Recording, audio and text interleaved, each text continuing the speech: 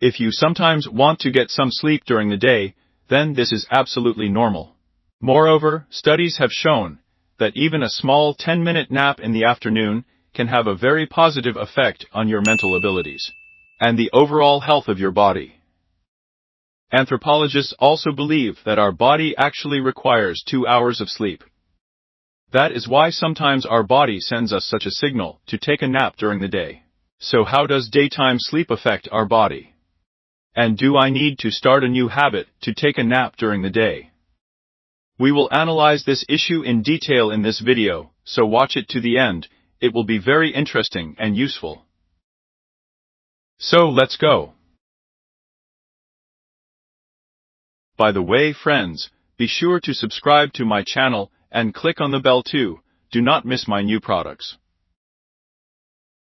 So, let's say you decide to get some sleep in the afternoon, 10 to 20 minutes. Why do we think this is bad? Well, sometimes people have the feeling that it's bad to sleep during the day, because you will oversleep all the most important things. You will miss, you will lose time, and it's terrible. But if you look closely, it's actually the opposite. The fact is that we will sleep for 10 to 20 minutes, we don't even need more, it's not that much time. But the concentration and focus of our brain after such a sleep will only improve. Which means that we will become more efficient and energetic, and therefore we will have time to do more for the rest of the day. So this question of time loss is very relative, and often we don't really lose time, but on the contrary, we have more time. There was even a separate study where scientists found that a little daytime sleep improves our motor reaction by 16%. It also helps to improve mood and improve our performance for the next few hours. So the reward for these 10 to 20 minutes of sleep is really very generous to our body. It is no coincidence that even in many modern business offices, certain capsules are installed where you can come and take a nap. But unfortunately, this is typical only for the most progressive companies. But there is another example. These are Chinese schools. There, students also sleep a little in the middle of the school day. True, they do not sleep in comfortable capsules, but right at the desk, but there it is encouraged. And it is believed that the assimilation of the material improves. And, by the way, there is every reason to believe so. But in Japan, a little nap is even a national tradition. Generally speaking, the Japanese are very well known for their workaholism and high efficiency. Yes, they can work 18 hours a day and do a lot of things. How do they do it? One of the reasons is the tradition of sleeping during the day. Well, is there any harm in daytime sleep? In general, it is really possible to harm yourself, but it is also not a big problem to avoid it. So, some people say after a nap that they start to feel bad, broken, wake up with a very bad mood, no focus, attention, and go to work all day. This is really possible, and the reason is that a person has been sleeping for too long. The fact is that if we fall asleep during the day for a long time, then our brain goes into the stage of deep sleep. And if we wake up in this state, we will really feel very broken and tired. Therefore, the general recommendation is that daytime sleep should not be too long. Sleeping for an hour is already a lot. It is recommended to sleep for 10 to 20 minutes. The upper limit of permissible is 30 minutes, but it is best to focus on 10-20. There is even a certain life hack to drink a cup of coffee before going to bed. The fact is that caffeine will begin to act on our brain just after about this very half hour, that is, just by the time we wake up after a nap. Thus, he will not have time to prevent us from falling asleep and getting a good night's sleep, and at the same time, after half an hour, he will cheer us up, and we will become awake and in a good mood. But this is just such a life hack. Of course, I won't recommend drinking coffee once again without the need. This is a personal matter for everyone, and too much coffee is also not very healthy. Well, and now a certain set of recommendations on how to build our daytime sleep in order to get the most out of it. First of all, choose the right sleep time. As a rule, it should lie between 12 and 15 o'clock in the afternoon. It is also necessary to follow a certain schedule. As with a normal night's sleep, all somnologists and experts say that the regime is the most important rule. That is, to go to bed and get up at the same time. This is how we will provide high-quality deep sleep. Exactly the same rule applies to daytime sleep. You need to find your optimal time and go to bed at the same time.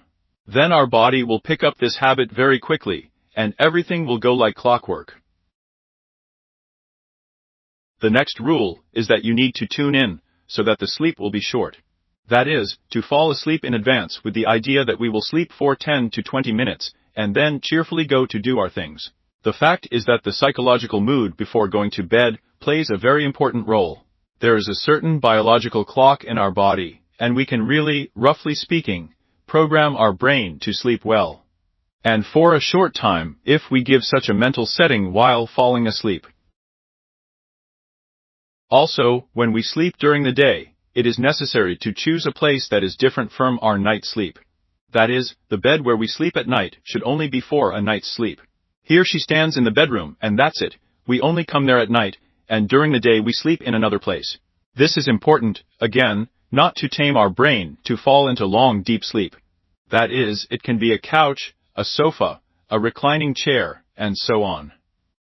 The next moment is the alarm clock. As I have already said, it is impossible to allow daytime sleep to last an hour or more. It lasts, well, 30 minutes at most. Therefore, in principle, to ensure ourselves, we can set an alarm 40 minutes after we lay down on the couch. Well, that is, we lay down 10 minutes to fall asleep, and a maximum of 30 minutes to sleep, and after 40 minutes, the alarm goes off. Again, an alarm clock is needed more for safety. We have to teach our body in a good way, train it to sleep for 10 to 20 minutes. And wake up independently according to the biological clock. And ideally, of course, wake up without an alarm clock. But to be safe in the early stages, of course, it's better to set an alarm clock so as not to sleep in the afternoon. Because sleeping an hour in the afternoon is likely to be a disaster for all our productivity. The sleeping room in which we sleep, ideally, should be a little cool, and it should also be well ventilated, of course. In addition, we should minimize noise as much as possible, that is, either ask colleagues not to disturb us, not to make noise. Turn off the sound on the phone, or insert earplugs. This is already such an armor-piercing method to eliminate all noise stimuli. Also, in a good way, the room should not be light, dim lighting, if there is no possibility. Then you can just use a regular sleep mask. And what to do after we have already had a good sleep. In fact, all you need is maybe a little wash after sleep. Turn on the light if it was turned off, and move a little. Make such a minimal charge. And that's it. We can get back to our business with a new charge of energy. I must say that daytime sleep is not a mandatory thing. If you have never slept during the day, and you have never had an impulse to sleep during the day, you do not need to force yourself. That is, there is no need to get it into your head that the ideal person has always lived to sleep during the day. So I start sleeping during the day from this day, although I never wanted to before. Here it was not required, it is not necessary. But, if you had such desires and you limited yourself, because you thought it was somehow wrong, then perhaps this is a great moment to get rid of these prejudices. And get yourself this extremely useful habit, which is increasingly supported by specialists nowadays. Moreover, as I have already said, it is increasingly supported even by employers. And that's saying something. By the way, friends, how do you sleep during the day? Maybe you have such a regular habit, or at least occasionally. Share your feelings and experiences in the comments, it will be very interesting. And now, I highly recommend you to watch my other video, where I talk about the 7 habits that destroy our sleep. And this video is very cool to complement what I've been talking about here, and you will have a complete picture, so by all means watch it. The link to the video you have just appeared on the screen, as well as the link I left in the description, and pinned it in the top comment. And if you liked this video, then like and subscribe to my channel. And we'll see you on that very video about the 7 habits that destroy our sleep. See you later.